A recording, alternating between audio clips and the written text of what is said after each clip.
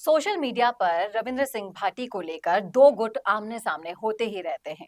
एक जाट समुदाय है और दूसरा है राजपूत।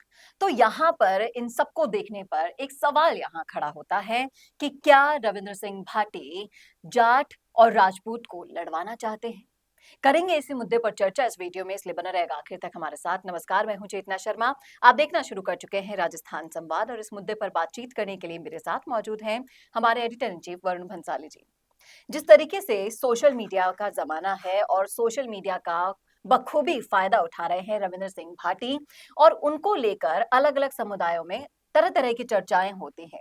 और ज्यादातर जो समुदाय भिड़ते हैं आपस में वो है जाट समुदाय और राजपूत समुदाय।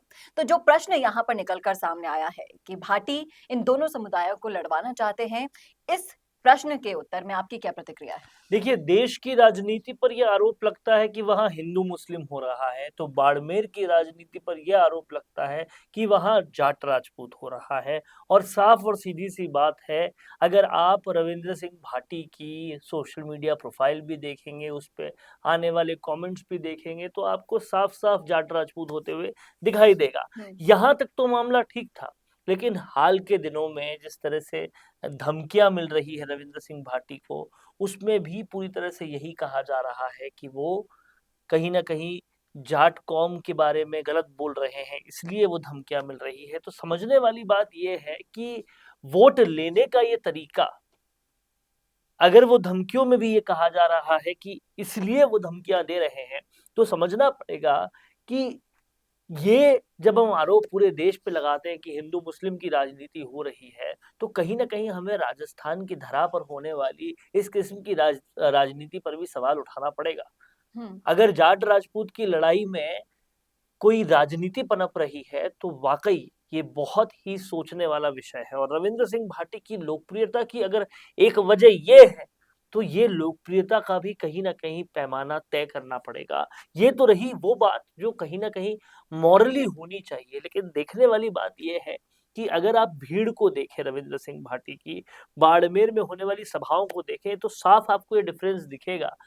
चाहे वो कांग्रेस के कैंडिडेट उम्मीदवार बेनीवाल की रैली हो या रविंद्र सिंह भाटी की रैली हो, यहाँ दो समुदाय आपस में बंटते हुए साफ तौर पे दिख रहे हैं। और राजनीतिक विश्लेषक भी यही कहते रहे कि जाट तो दो भागों में बंट गए, इसलिए रविंद्र सिंह भाटी को जीत मिल जाएगी। तो समझना पड़ेगा इस बात को कि उस चीज को और इग्नाइट करना अपनी पॉलिटिक्स को बढ़ाने के लिए ये वाकई गलत है। रविंद्र सिंह भाटी खुद नहीं भी कर रहे, तो उनके जितने भी समर्थक हैं, जो उनका सोशल मीडिया संभाल रहे हैं, जो उनकी रैलियां संभाल रहे हैं, उनके लिए मैनेजमेंट कर रहे हैं, वहां से ऐसा बहुत कुछ होता आ रहा है। और इससे हो ये रहा है कि जिस तरह से बाड़मेर और जैसलमेर में सौहार्द बिगड़ा, वोटिंग होते हुए भी और वोटिंग से पहले भी, वो सौहार्द बिगड़ने के पीछे भी वजह यही थी।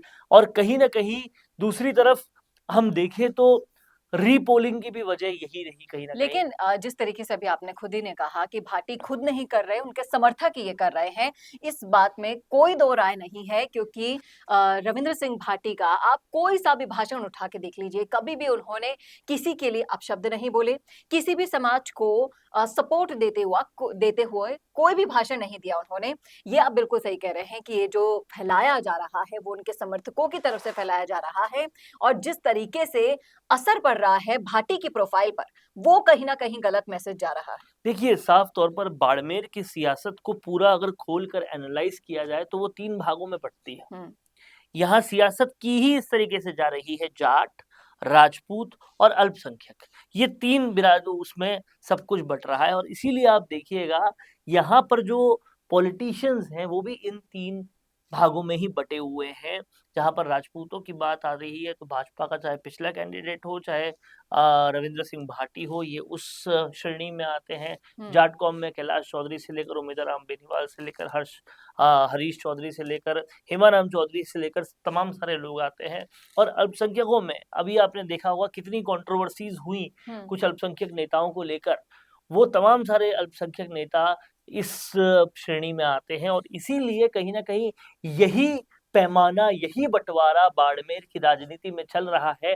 और यही कहीं ना कहीं दुखद भी है, क्योंकि कभी भी डेवलपमेंट की बात नहीं हो रही, सिर्फ जातिगत समीकरण की बात हो रही है। और इन सबका फायदा लेने के लिए पॉलिटिकली गेम खेले जा रहे हैं, इस पर आप क्या कहेंगे? देखिए, पॉलिटिक्स अगर कहीं ना कहीं कम्युनलिज्म होगा हम्म, तो पॉलिटिक्स तो अपनी रोटियां सेकेगी ही, लेकिन ये पॉलिटिशियंस को चाहिए कि वो इन कम्युनलिज्म को बंद करने के लिए कोई स्टेप उठाए, किसी तरीके से आगे बढ़े। और बहुत जगह ऐसा हुआ भी है इस दौर में देखने के लिए कि कम्युनलिज्म बहुत हद तक रिमूव हुआ है कुछ जगह पर। हम्म, उनसे सीख लेनी चाहिए और उनसे सीख लेकर ही आगे बढ़ा जा सकता है।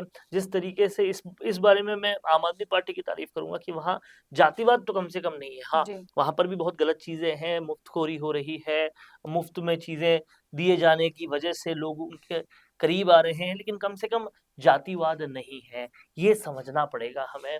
और जातिवाद की इस राजनीति से लोकप्रिय होते हुए युवा पीढ़ी के जो पॉलिटिशियंस हैं, हम्म। वो अगर इस वजह से लोकप्रिय हो रहे हैं, तो ये कहीं न कहीं राजनीति के लिए बहुत सोचने, समझने और चिंता करने वाली बात है। जातिवाद एक अपने आप में जहर है और इसे मिटाने का जो संकल्प लेना होगा वो राजनीति में आने वाले भाटी जैसे युवाओं को ही लेना होगा कि जिस तरीके से आज तक जातिवाद फैलाकर ट्रेडिशनल तरीके से फायदा उठाया गया समाजों का आपस में भिड़वाकर, वो नीतियों को रीतियों को खत्म करके एक स्वच्छ राजनीति को आगे ले जाकर अपने प्रोफाइल को भी अपडेट करें। प्लस जो इस जातिवाद का जहर है उसने जिस तरीके से पॉलिटिशियंस को खत्म किया है पहले, वो नए पॉलिटिशियंस को खत्म ना करे, इसका ध्यान जरूर रखना होगा। ये तो थी हमारी राय, आपकी क्या है इस मुद्दे पर जरूर रखिएगा कमेंट बॉक्स में। कैसा लगा वीडियो ये जरूर बताइएगा और ऐसे और वीडियोस के लिए देखना ना भूलेगा राजस्थान संवाद। नमस्कार।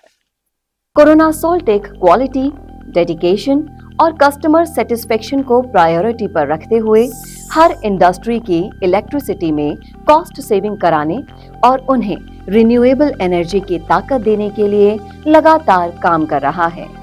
क्योंकि कोरोना सोल्टेक में हमारा मानना है कि देश के रिसोर्सेज को सस्टेनेबल बनाने के लिए जरूरी है कि हम सबका उसमें बड़ा कंट्रीब्यूशन हो।